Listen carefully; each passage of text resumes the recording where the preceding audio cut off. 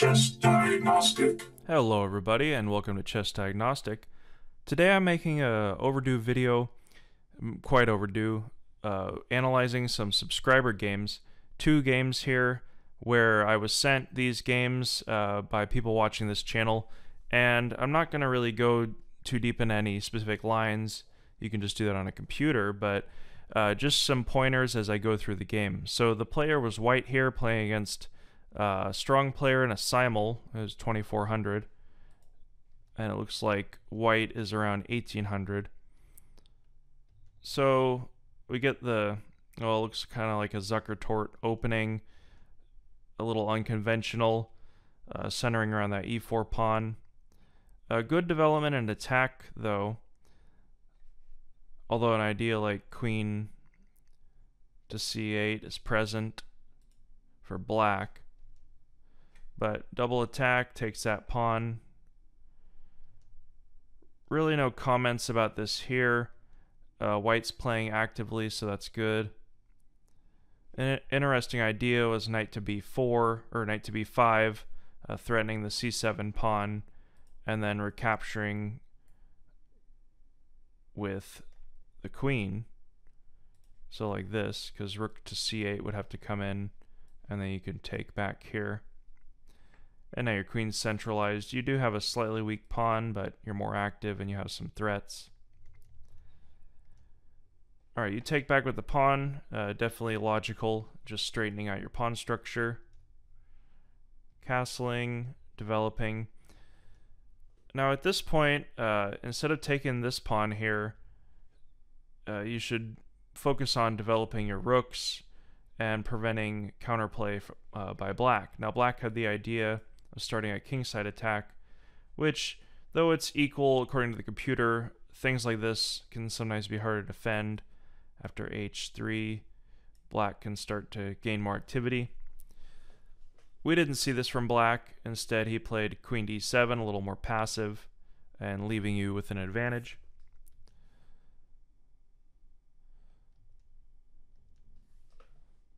Alright, so now black has a bishop against the knight, but you definitely have an advantage with these two pawns on the queen side.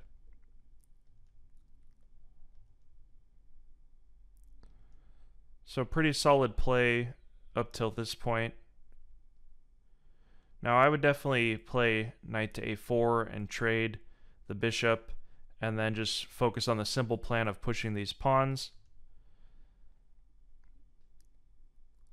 You protect that pawn. It wasn't really necessary. I would have just traded a knight for the bishop, and then key point to remember is that when you're going to push pawns, it's good to trade the minor pieces and leave your heavy pieces, your rooks and your queen.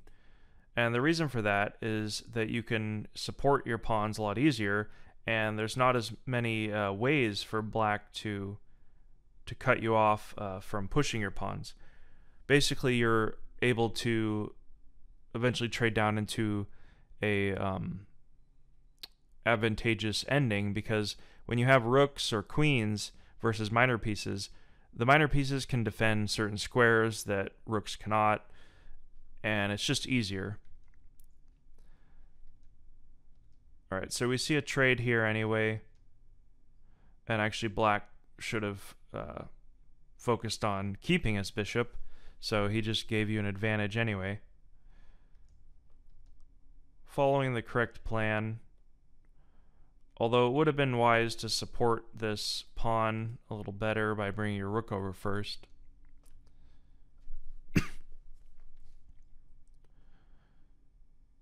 So you definitely have an advantage still at this point. It's saying plus 1.1.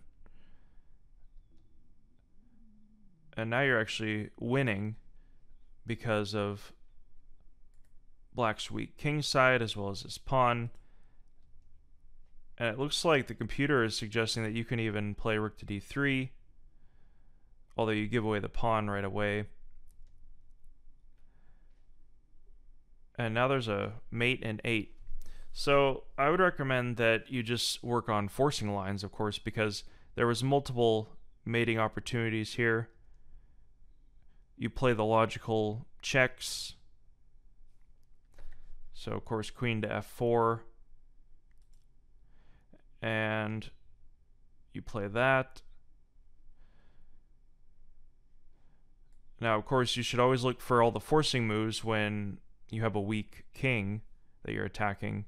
So it looks like you missed that because you could have just played rook and then queen takes. And now there's really no way to stop this mate here. A very simple win.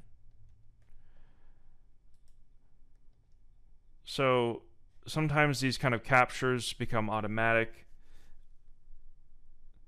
You just think that black's closing you off, but actually you still had rook to d7. Always look for the most forcing moves. I know that's a basic thing, but especially in these types of positions and in endings, it can lead to a lot of wins. So here you gave away a rook, but you actually had a mate in 3. Again, looking for checks. So the only recommendations I can give, other than your tactical play, I mean, of course, just solve very complicated tactical positions. You can find 4 and 5 move tactics and then work on those and even memorize some. That'll definitely help. But overall, your play is very solid, and you almost beat a 2400 player.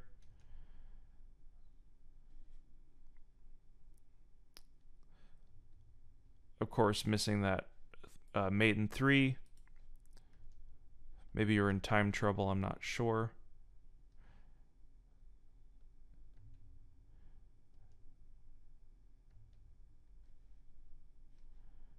You still had the rook check. You still had a mate in 1. So sometimes these things happen where you're board vision. Now, I learned this from the Rapid Chess Improvement book, which I studied maybe 10, 12 years ago. Board vision actually does help. You take out a board, and all you do is you touch the squares that the piece can move to. It sounds kind of ridiculous, but one thing about studying on a real board is that you get the entire experience of 3D sight and touch, and it really does have an impact on your study. I study opening lines, I pull out a board, and I play it out. And it might sound like a waste of time in today's world where you can use a computer, but I would definitely give that a try. I don't really make too many of these kind of mistakes where I miss where a piece is touching because I've done those exercises over the years. Alright, so just kind of giving some tips. I'm not sure if this is the best analysis, but this game was overall, you played very well and there weren't too many mistakes, so it looks like you had an advantage for most of the game. If you want to send in a game where you didn't know what the hell was going on, I would recommend you send in one of those as well. Alright, so I appreciate whoever sent this game in, and leave any comments you have about this game or any questions. Alright, I'm going to move on to the next game here. So here's a game that I actually played against one of the subscribers here, and I think I'm saying his name right, but correct me if I'm wrong. It's Ifiok Ibok. I'm not sure exactly where that name comes from. So I'm black here, and it starts off with a d4 opening. We get a Nimzo Indian defense. Although actually now it's like the Queen's Gambit declined. So he's playing solidly at this point, just developing pieces, following all the good ideas of activity. Now I should have played e takes d5 because a main idea is to get this bishop out. So I was playing a little unconventionally, wanting to open the c file.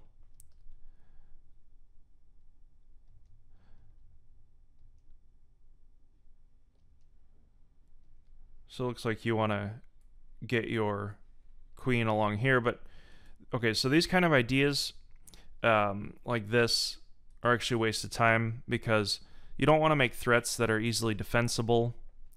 You want to focus on your long-term strategy, which is in the opening development of all your pieces. So your main focus should be to get this bishop out.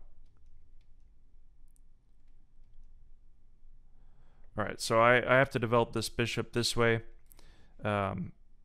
White's a little cramped, and after bringing his queen up, it's still equal here, but again, as I said, this threat is not a real threat.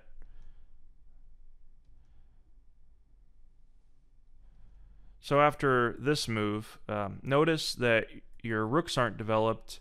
This bishop is completely passive, and I'm actually almost developed. And this threat is, as I said, not a real threat. And after g6, I actually have a slight advantage, although I'd still say it's equal. But this kind of play is actually just a waste of time. As I said, your focus should be to play something like b4, expand on the queen side, develop your bishop, get your rooks out. And it seems kind of general, and it is. But what happens is eventually you come upon a forced line or some specific idea after you develop. The war can't really start until you've developed your whole army. Alright, so I'm just increasing my activity.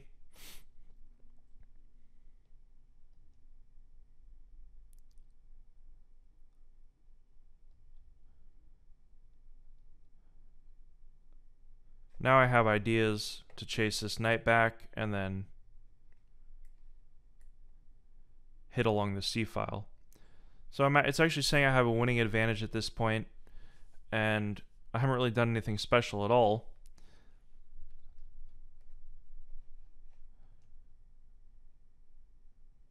Now notice that if the knight takes, then I can just take with the d-pawn, threaten the queen, and then win this bishop. So that doesn't work. So already I have very active pieces, and this knight's a little out of play. Of course, you have ideas like bringing it here and then hitting the g6 pawn. But you start to run into trouble after I can play knight to f5.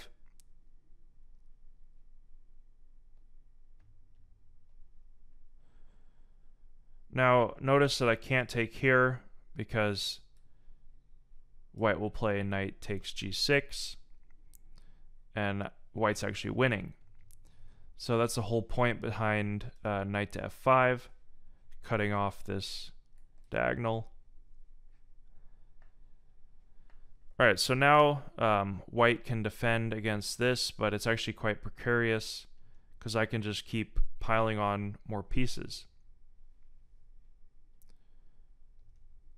So I make a tactical error. I should have taken with the knight.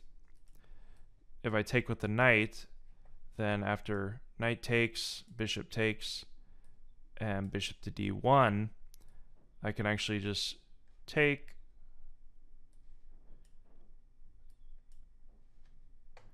and then after rook to b1 and bishop to c3, black actually has a huge material advantage.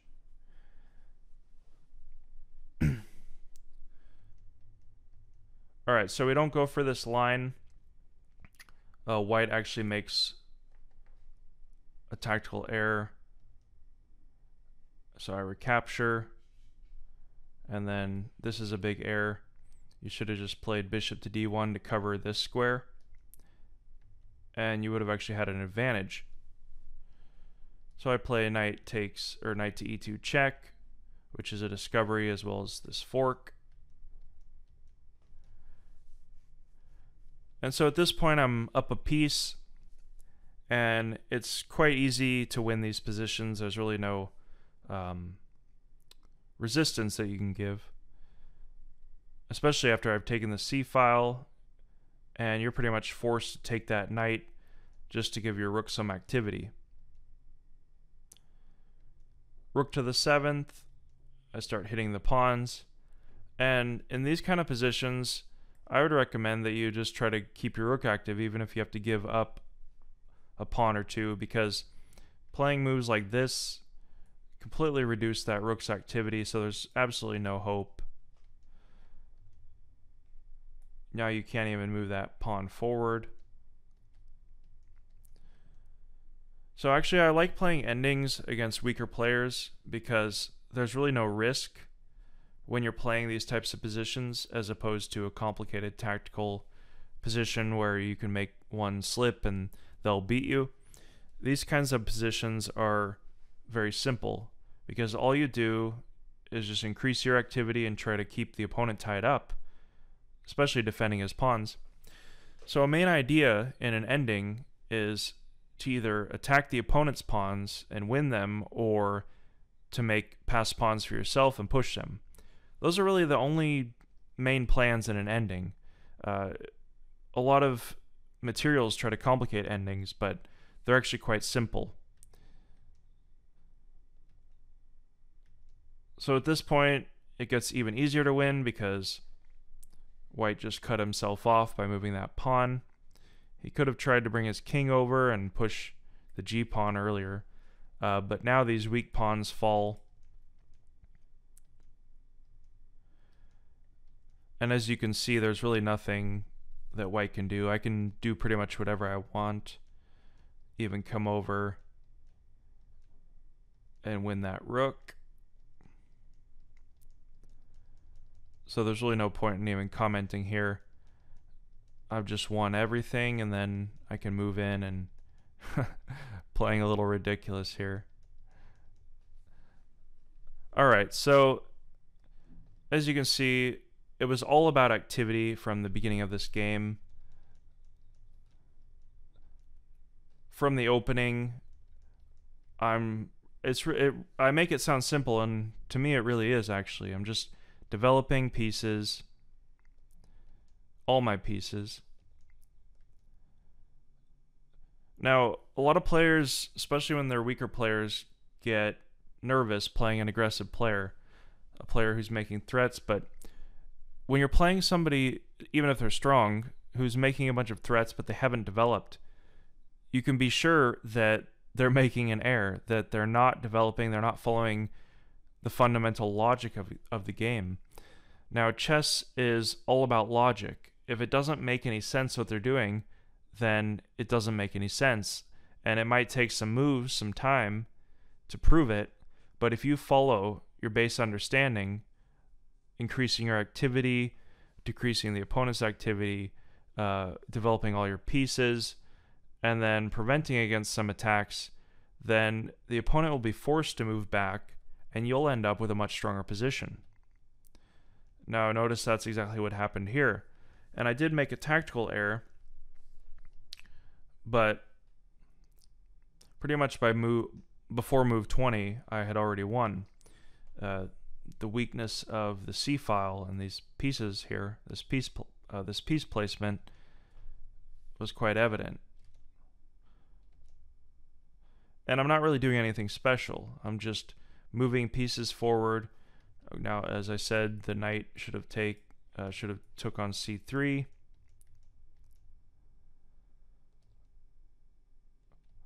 So there were some little tactical errors, but by this move, move 25, I had already won in the end game. Excuse me. So when I see a position like this, especially I have a piece up, there's no doubt in my mind that I can win it against even a grandmaster, because there's really nothing that white can do. So I would recommend that you study some endings and definitely work on your application of activity. Now, application of activity is quite hard because when you're starting out or when you're playing a lot of games for a long time, you'll feel like you need to start an attack, and you're not going to follow that patient and calm idea of increasing your activity. And I know I didn't for a long time, but now you have to learn to trust it. And once you do, you'll gain a lot of very strong positions, no matter who you're playing against. Alright, so I hope these game analysis helped. Hopefully it wasn't too long or too rambling. Leave any comments if you have any questions about these games. If you have any other games that you think would be interesting to analyze, I encourage you to leave them in the comments and I'll take a look. Alright, so I'm going to be posting more videos in the future. I'm going to try to step it up in July, but for now I'm studying for the World Open. Maybe I'll post some opening analysis and game analysis that I'm doing currently for my preparation for that. Alright, so thanks for watching. I'll see you in the future. Hey everybody, thanks for watching. Hope you enjoyed this video.